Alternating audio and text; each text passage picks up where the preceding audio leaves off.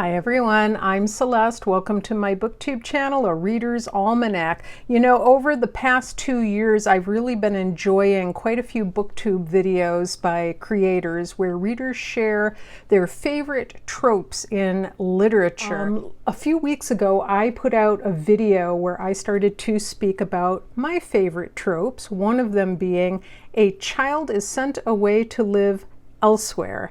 And what that means is a child is sent away to live in a boarding school, an orphanage, a workhouse, or some other sort of institution. And so I started in this first video by talking about the Happy Boarding School book. What I've decided to do is break this trope down into probably 5 parts, maybe 6, we'll see. But so last time I talked about the Happy Boarding School book, and I will post that video below this one in case you missed it. You can watch part 1. Today in part 2, I'm going to be talking about 2 more kinds of boarding school books, or books where a child is sent away to live elsewhere. That is the serious, poignant, or sad boarding school book, and then the mysterious boarding school book. So the boarding school book that I would consider sad is Frost in May by Antonia White, and this was published by Virago Books, and it's got a beautiful, beautiful cover with stained glass on it.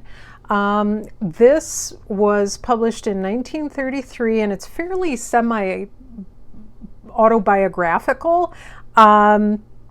And it is about a little 9-year-old girl named Nanda who is sent away to a convent school because her father has converted to Catholicism and wants his daughter to go to a school run by nuns. So she goes there.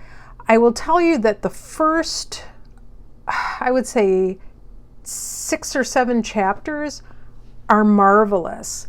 They got it right when they wrote on the flap here. Convent school life is perfectly captured. The smell of beeswax and incense, the petty cruelties of the nuns, and the eccentricities of Nanda's school friends. They really do just capture it. Like, you can smell the church incense in this book. You feel like you're in the corridors, the dark corridors with the carved wood and the paintings, the dark sort of ominous paintings lining the walls, and the dorm rooms, and the windows, and just the sense of coldness. Everything feels really cold. It has some passages of truly brilliant writing. This book is basically about Nanda's time at the convent school, and she keeps trying to please the people in charge, namely the Mother Superior.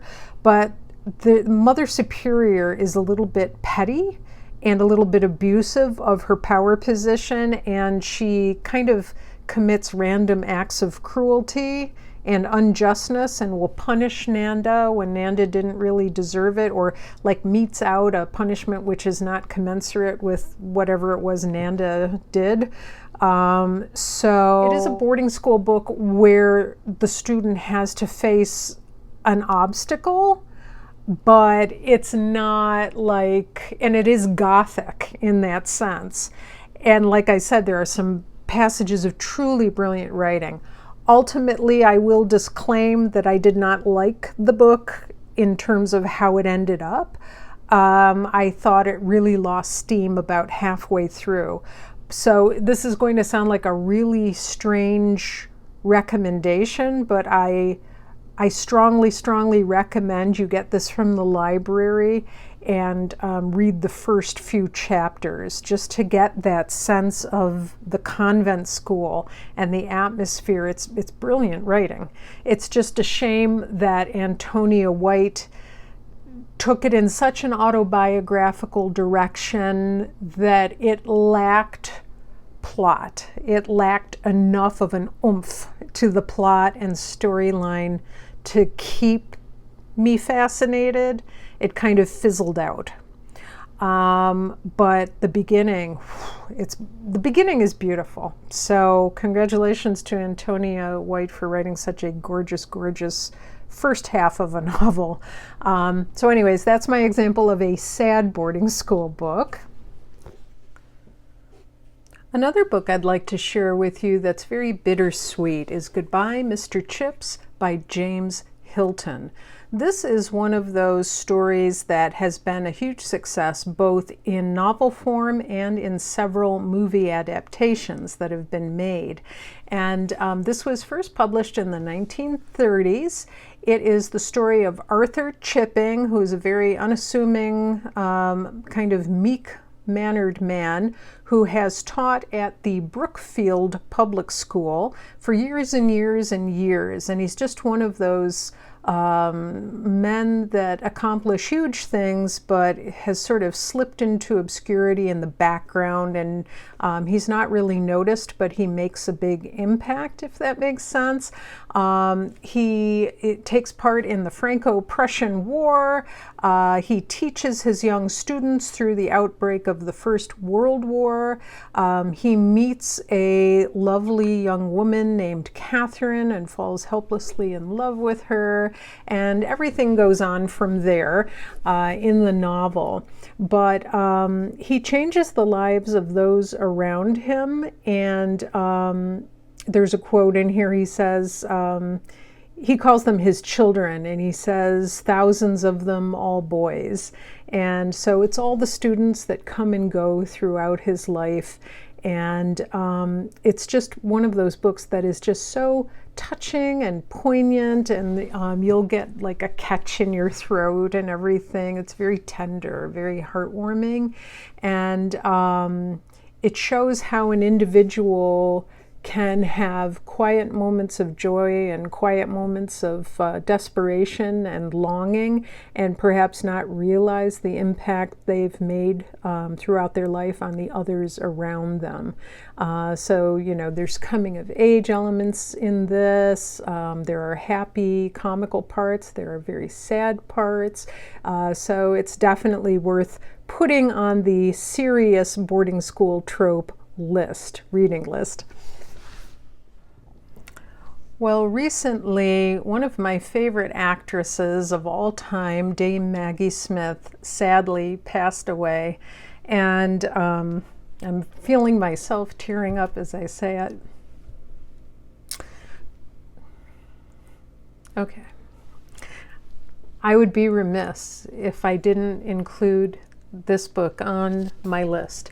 That is Muriel Sparks' The Prime of Miss Jean Brodie. So, The Prime of Miss Jean Brodie by Muriel Sparks was first published in the New Yorker magazine in the 1930s. And it takes place in Edinburgh. And there are 6 10-year-old girls, Sandy, Rose, Mary, Jenny, Monica, and Eunice. They are assigned to the instructress, Miss Jean Brodie. She begins educating the little girls, and it becomes as much an education for her as it is for them. And all of the characters sort of come of age in different ways. Again, there are comic moments in here, there are moments of triumph, and there's also some very sad and unfortunate occurrences that happen, and a few betrayals.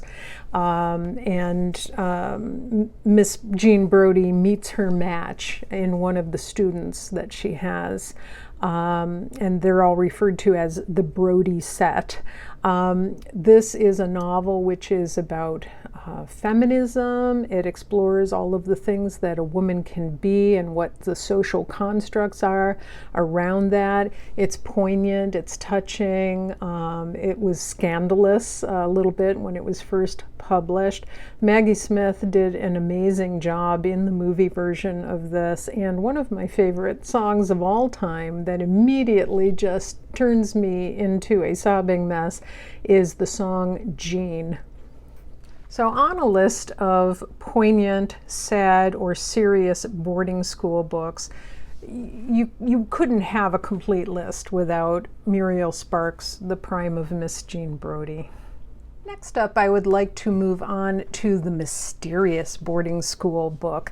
And these are books where either a student or young person solves some sort of problem or mystery at an institution, or an adult detective pushes in from the outside and either comes to work at the school or goes undercover to solve some sort of murder or crime or mystery that's taking place on the campus. The first one I want to speak about is very, very old. It could also fall under the girl sleuths category, and that is Ruth Fielding. And those are very old books. It's a series by Alice B. Emerson. These stories were written between 1913 and 1934, and in one particular book, Ruth Fielding at Briarwood Hall, she comes to attend Briarwood Hall School with her friend Helen, and right away a mystery ensues, and it involves a haunted fountain and a goblet being left at the haunted fountain. Ruth overcomes other obstacles as well, but this mystery of the haunted fountain is a centerpiece of the book. So if you're looking for a really old vintage boarding school mystery, you could try Ruth Fielding at Briarwood Hall. And then there's another one a little later in time. This is by the same author, pseudonym author of the Nancy Drew books, and that is the Dana Girls series. And this particular one is By the Light of the Study Lamp. Look at this gorgeous, gorgeous cover. Thank you very much. So I'm not a huge fan of the Dana Girls, but I do love the covers of the book. I love that they're part of the Stratemeyer Syndicate, so I did think I'd include them here today. So they're two sisters, Louise and Jean Dana. They're orphan sisters living in the town of Oak Falls.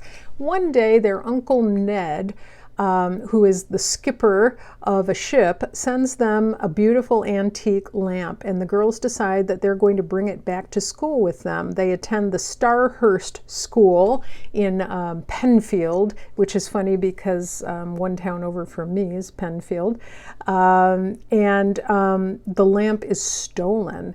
And so they have to solve the mystery of the stolen lamp. And in between, they deal with some of the nastier girls at school, such as the rich girl, Letitia Briggs, and so on. And yeah, so it's really fun to imagine where they're living on campus and what their study room looks like. And I love the descriptions of all of the clothes that they wear and the cars people drive and all of that. This particular book was first issued in 1934, so it's just a lot of fun. The next book I wanted to mention I've spoken about in other videos, and it's one of my favorites. This is a very dog-eared copy. It's The Black Opal by Dorothy Maywood Byrd. And this follows a young lady named Laurel Stanwood. She has a real nose for journalism, and she goes away to a college in Michigan and joins the newspaper team. And she is on the trail of a historic murder mystery that harks all the way back to 1848. Okay, it occurred many years earlier at the old Sagamore Inn nearby the campus, and it involved the theft of a rare black opal. So in between making new friends, taking her classes, working on the school paper, and attending football games in the most marvelously described 1930s and 1940s fashions, I may add. I mean, chef's kiss. This book is worth reading just for the descriptions of her wardrobe. It feels like you're watching an old black and white movie about a girl going away to college. So it's just a lot of fun. And then one that I've been enjoying recently is Cherry Ames' Boarding School Nurse by Helen Wells. She arrives at the boarding school and notices all the beautiful rare flowers that are all around the school, and it looks like a French chateau. And she's going to be the nurse at the school. And she has very strange little quarters where she's going to be living, and there's all kinds of passageways in the school. And yeah, it sounds like it's sort of set in the country or in a tiny town, like sort of on the edge of a tiny town. So yeah, and look at this illustration. Gotta love it. So she solves a mystery at the school. Really fun, and I'm enjoying reading this so far. Okay, so in the second leg of the mysterious boarding school book are mystery books where a detective pushes in to solve some sort of crime that's taken place. So in honor of Victober, even though it doesn't really fall within Victober because it was published in 1904, but it is The Adventure of the Priory School by Sir Arthur Conan Doyle. It's one of the Sherlock Holmes adventures, and it was published in 1904. And in this book, Sherlock Holmes receives a visit from a man called Dr. Thornycroft Huxtable. That's a name to conjure with. And so there is a prep school called the Priory School, which is in northern England. And a little boy who is a 10-year-old lord named Lord Saltire, a very wealthy heir, and he has disappeared. His father is the very rich Duke of Holderness, and so he has sent his son to this priory school, and the little boy has disappeared. And not only has the little boy disappeared, but also the German master, whose name is Mr. Heidegger. And Mr. Heidegger had a bicycle, and so Mr. Heidegger and his bicycle have disappeared, and little 10-year-old Lord Saltire has disappeared as well. So Sherlock Holmes and Dr. Watson have to go to the Priory School and interrogate everyone. They visit the boys, they visit the dorm rooms, they search the grounds of the Priory School. Now, the TV version of this story with Jeremy Brett is slightly different. The ending is a little bit different, and some aspects of the big reveal, sort of the climax of the story, and the denouement are a little bit different, but both versions are really fun. So I do recommend The Adventure of the Priory School. And then next up is Agatha Christie's Cat Among the Pigeons. Now, this is one of the Hercule Poirot mysteries. There is a school called Meadowbank, which is thrown into chaos when a killer strikes. And there are several murders. The first one is the games mistress, and she is a very unpopular staff member at the school. And then there's more murders that take place after that. So Hercule Poirot comes to the school and has to identify the cat among the pigeons before he pounces, or she pounces again. We also have Miss Pym Disposes by Josephine Tay, and this is a lovely vintage copy of that book, which I found. So Miss Lucy Pym is invited to come to the school because she has written a work on psychology. And so she's been invited to go to the Leys Training Academy for Young Women. And I think this is a school where the girls are studying to become physical fitness instructors. And so she is offering a seminar in psychology for the female students. However, then while she's there, a tragic accident occurs, and there is sort of a darker underbelly to the school, which is revealed. And so Miss Pym stays to help solve the mystery. And finally, I did get this book. I will admit I have not read this one yet because I'm working my way through these books in serial order. But this is P.D. James' Shroud for a Nightingale. I love, love, love these editions by Faber. They're just beautiful, and the illustration kind of is also on the spine, and there's a little bit on the back there. So in this book, and this is not a real spoiler because this is the mystery, how it's set up at the beginning of the book. So student nurses Heather Pierce and Josephine Fallon die of mysterious circumstances in the hospital nursing school of Nightingale House. And Adam Dalgleish is now Scotland Yard's chief superintendent, and he goes to the Nightingale House to solve the mystery and finds himself in mortal danger. So I have not read this one, but I did watch the TV series, which is excellent. It stars Brodie Carville, who I love him. And so, yeah, this looks like it promises to be a really exciting Adam Dalgleish mystery. Well, that's all for today. I hope you've enjoyed it. Last time we talked about generally happy, non-suspenseful boarding school books, and then today we covered 2 more additional categories. One was the serious, poignant, or sad boarding school book, and then also the mysterious boarding school book, where either a child living on the grounds of the institution solves some sort of mystery or riddle, or an adult pushes in from the outside, either as a member of staff or as an actual detective, and comes to the grounds of the institution to solve some sort of murder or other crime.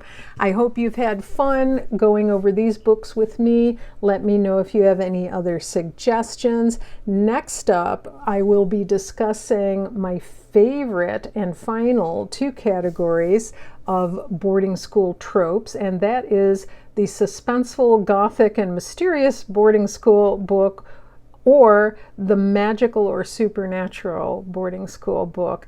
And again, these all have to do with the general trope of a child is sent away to live elsewhere. So it's not just boarding schools, it's also orphanages, workhouses, and other sorts of places like that.